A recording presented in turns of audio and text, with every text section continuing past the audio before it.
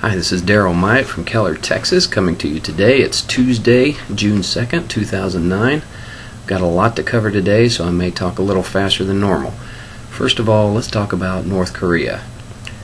These people are pushing the envelope. Let me just say, it says, I'm reading from a news story today that says North Korea appears to be preparing on both coasts to test fire some of its most sophisticated ballistic missiles, stoking regional tensions already running high after its second nuclear test last week.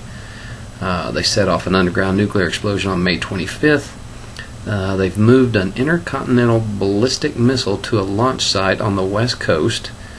They've got 3 medium-range missiles being prepared on the southeast coast. They're believed to have about 800 missiles, including ones that can hit Guam, which is where we have a U.S. military base. They have been told by the UN that they are no longer to test fire any missiles. They're banned from further testing under a UN resolution. Okay, that hasn't stopped them. They're going ahead. They're doing this anyway.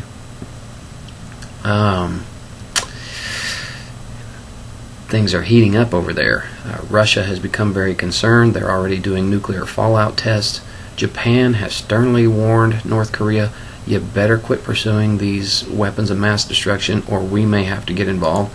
But, Japan, theoretically, they don't have any nuclear weapons, so the best they could do is some type of ballistic missile or something like that. But something else going on over in that area. Our president is meeting with Egypt and Saudi Arabia this week, and funny that Israel had contacted both of these countries to try to work together against Iran's nuclear problem. And now here our president is going to talk to these two countries, probably to tell them, hey, don't get involved with Israel, because Obama is basically separating us from Israel. Obama said today in the Washington Post that Obama reiterated that Iran may have some right to nuclear energy, provided it proves that its aspirations are peaceful. Yeah, they seem like real peaceful people to me, demanding that Israel be wiped off the face of the earth and that America is the great Satan and Israel is the little Satan. They sound real peaceful. What gets me is here's a country that is the 4th richest country in oil reserves, and they claim they want nuclear power for electricity. Okay, yeah, you can't use oil to power anything, heaven forbid. Why use all the natural energy that is there? Let's go spend billions of dollars to produce some nuclear power. It makes perfect sense. So Obama has said, oh yeah, it's okay if Israel pursues nuclear technology. What is he thinking? I don't quite get that, but let's see what happens this month. Iran is having new elections June 12th, and we'll see if Mahmoud Ahmadinejad becomes re-elected or not. Chances are it probably won't matter because his next closest rival is even stronger opposed to Israel's right to exist. So either way, it's not going to be good for Israel. And our president will be talking to the people in Egypt and Saudi Arabia this week and making all of that known to the world, what's going on. So a lot of things happening right now. Let's see what else we have here. Here's some interesting news. This comes out of World Net Daily, and this is something that really took me off guard. President Obama promises Arabs that Jerusalem will be theirs. What? President Obama and his administration told Palestinian Authority President Mahmoud Abbas during a meeting last week that the U.S. foresees the creation of a Palestinian state with Jerusalem as its capital. Oh my. Netanyahu, the Prime Minister of Israel, said last week, Jerusalem is Israel's capital Jerusalem was always ours and will always be ours. It will never again be partitioned or divided. And here we have our very own president saying exactly the opposite. Let me read to you today from Ezekiel 37:21 and 23. Let's see, it says, "And say to them, this is what the sovereign Lord says. I will take the Israelites out of the nations where they have gone. I will gather them from all around and bring them back into their own land. I will make them one nation in the land on the mountains of Israel. There will be one king over all of them, and they will never again be two nations or be divided into two kingdoms." Never again. Okay. So let's see how this whole two-state theory works out. See if this is all going to go the way that our president's trying to make it go. Let's see.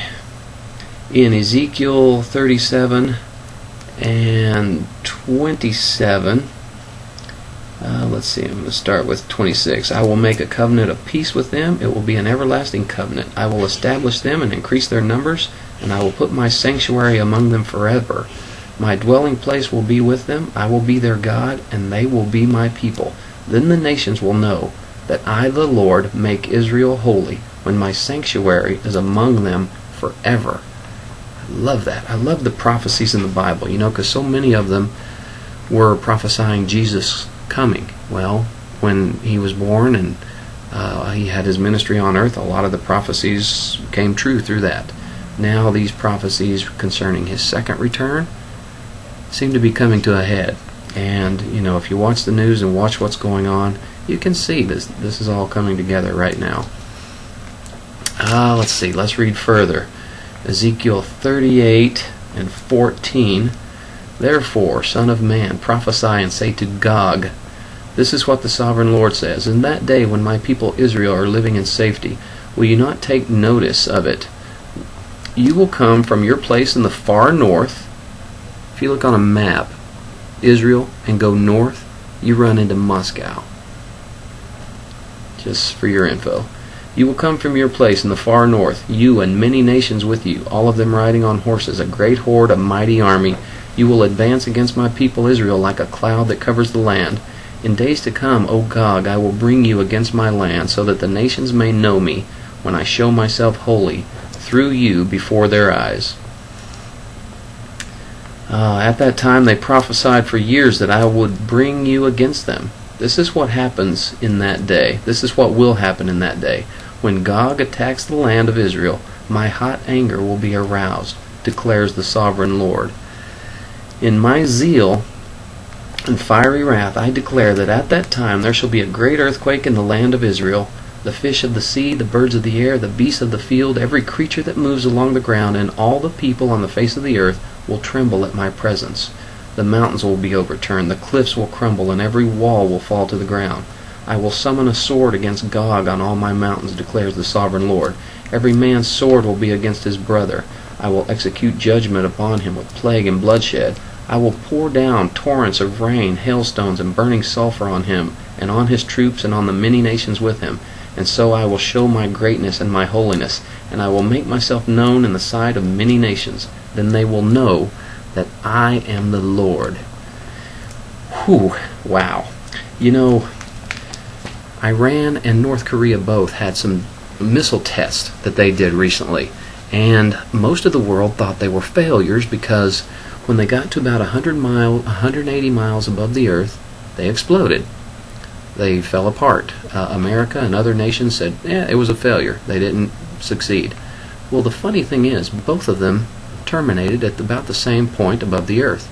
And that is exactly the most probable height to set off a nuclear bomb above the earth over America, and that would create an electromagnetic pulse, which would effectively knock out all communication, all satellites, all computers, ATMs, banks, transportation. We would be knocked back into about the 1870s. Okay? Not good. Let me just read from Daniel 12, verse 10. Many will be purified, made spotless and refined, but the wicked will continue to be wicked. None of the wicked will understand, but those who are wise will understand. I'm running out of time. I didn't get to cover half the things I want to cover. Pray to God, give your heart to Jesus, and let's pray for this country and the leaders of the world. And God willing, I'll come back and talk to you again tomorrow. God bless you.